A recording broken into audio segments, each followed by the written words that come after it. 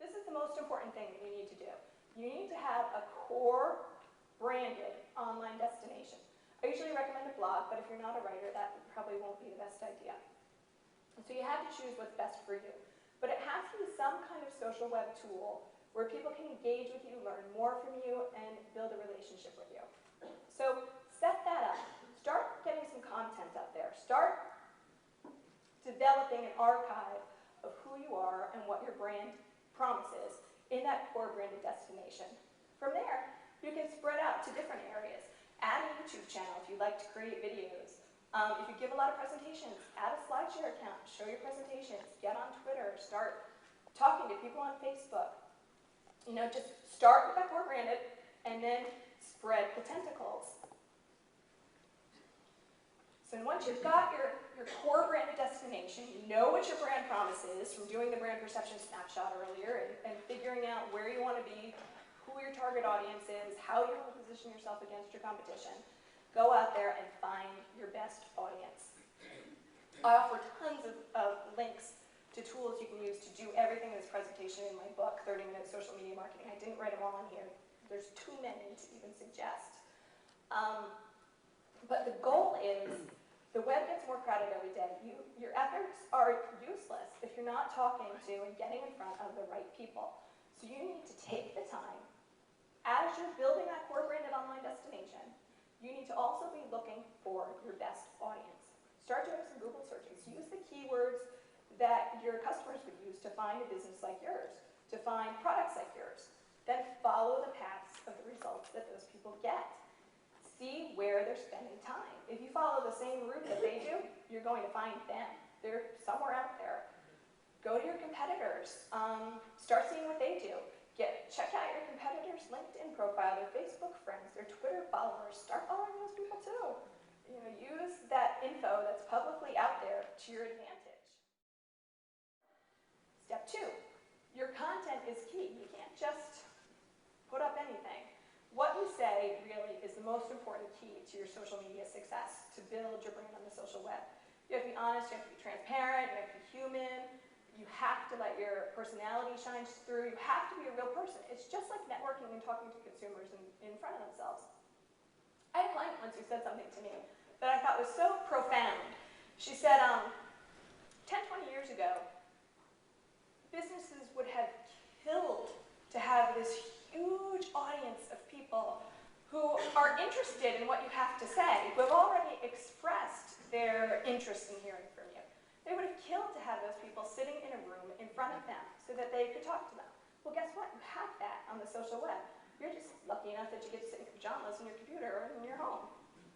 So don't think of it as something any different than getting in front of people in a one-on-one conversation. It's an incredible opportunity that you can't miss, or you'll truly be left behind. When you can in your content, I always refer to it this way. Always try to create amazing content. All right, so step 3, research, research, research. Did I say that enough? Research. You need to figure out what your competitors are doing. Find them. Not only your competitors, what are some other companies that are doing great things doing? Find them. Copy them. Let's not reinvent the wheel. It's not plagiarism if you're copying ideas of marketing ideas. Go ahead and do similar things if they're interesting to you and you think that they'll match your brand promise and reach your target audience. The key is really to find your target audience, have your core branded destination ready, and then participate in conversations and slowly bring them back to your own online branded destination where you can expand those conversations, expand that relationship. And you have to listen. Listening is a huge part of social media marketing and building your brand. On the social web, when you're trying to build your brand, you cannot just publicize company news. You can't just promote yourself. You have to create amazing, what I call share-worthy content. You want your content to be so interesting and good that the people who follow you and connect with you want to spread it to their own followers and their own audiences.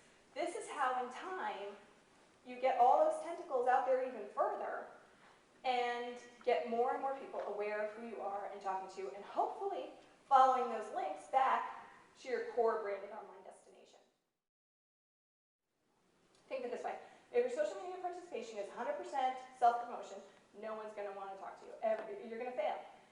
If you're at a party and you were talking to someone that you hadn't met before, and all they did was talk about themselves, on and on, talking about themselves, you're going to want to get away from that person as fast as you can. And you're going to avoid them for the rest of the night and hopefully never talk to them again. Well, it's the same way on the social web. If all you do is talk about yourself, no one's going to want to hang out with you. You have to share their content, talk to them, engage them, and make them be the most important thing.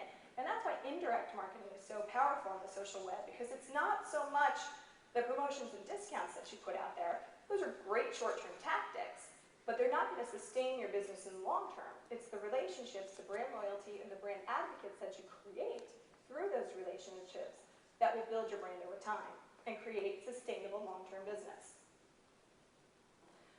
I always recommend people to use the 80-20 rule. In marketing, the 80-20 rule says 80% of your business comes from 20% of your customers. Well, let's spin it to social media marketing.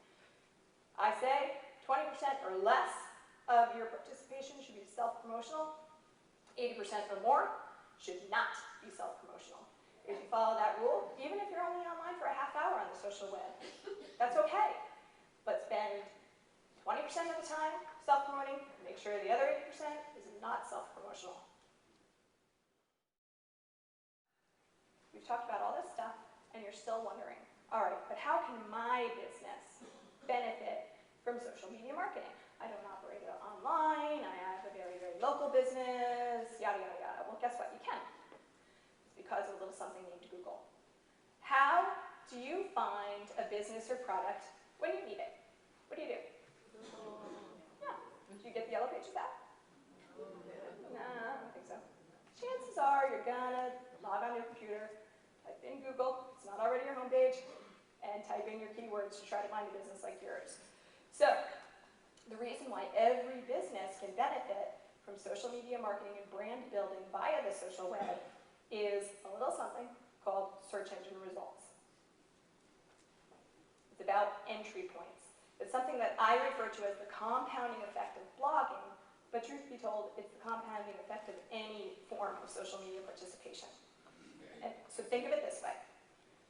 You start a blog for your business. Well, back up. You have a website. You have 10 pages on your website. Great. They're lovely. You hired someone to write the copy. They look great. And that's all there is, 10 pages. Google indexes them. You've got 10 entry points. All right. It's not going to get the job done. So you start a blog. You write one blog post every day for a year. Suddenly now, you have 365 more entry points for Google to find. Now you've got 365 days in the year, plus 10 website pages, 375 ways for people to find your blog. Okay, that's good. That's all right, I'll deal with that. But guess what? There's more. Now, your content is great. It's amazing. It's share-worthy. You've met people across the social web because you went out looking for them, started conversations. You started bringing them back to your branded online destination. You tweeted a couple of your blog posts here or there to your audience that you've been building. Some of them like what you have to say. They share it with their audiences. Now you've got all these incoming links. You've got your content being shared to more and more audiences. Now how many incoming links? Now how many ways are there for Google to find you? Tons. You can't buy that kind of access to people. And it's free. You didn't spend a dime. All you did was write a really good blog post every day and spend time reaching out to people, showing them what you know, building relationships with them on the social web.